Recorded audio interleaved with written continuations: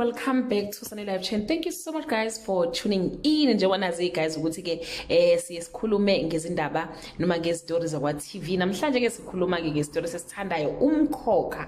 Angiyazi ukuthi indaba kaMaMzobe sizoyithini ngempela. For the past few days bengazi ukuthi ke izinto zimahambela kahle uZobezi wazi wathemba na ukuthi cha umsebenzi wephenti elantojo ogabsile entotshela uNomafu iyabonakala kanti cha akabuzanga elangeni. uNomafu noNtathakusa bayapepenyeka balungisa izinto zabo.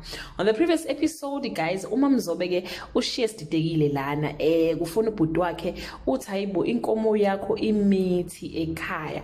uMaMzobe wajabula wagiya wathi sathi uyajabula uDifa wamtshela ukuthi uyazi nikusho ukuthini ukuthi ke inkomo imithi ekhaya. Usho ukuthi uMabusi naye ukhulele phoxekiyane kuMaMzobe guys wathi inkomo yakhe lesekhaya ayibuye emakhaya ize la bekhona emadolobheni. Umbuzo komkhulu ukuthi uMaMzobe uzoyenzani lenkomo njengoba esethe ayize babuza ukuthi izophuza ukuthi ayizongena lapha kusime ngiphula ivele ngekhanda njengabantu bonke.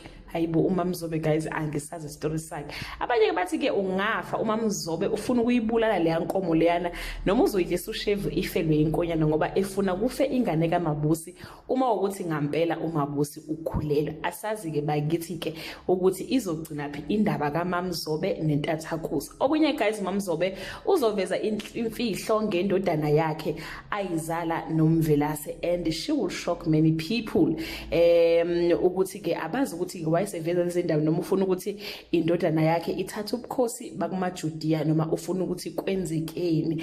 Well guys, that bring us to the end of this video. Do leave your comment below and share your opinion ukuthi ucabanga ukuthi uMaMzobe inkomo nje bese ilande ekhaya wathi ayibuye izohlala edolobheni ihambe yodidela ebhele egcekeni laphana emzini kaDifa. Ufuna ukuyenzani inkomo uMaMzobe? Ufuna ukuyenzani inkomo?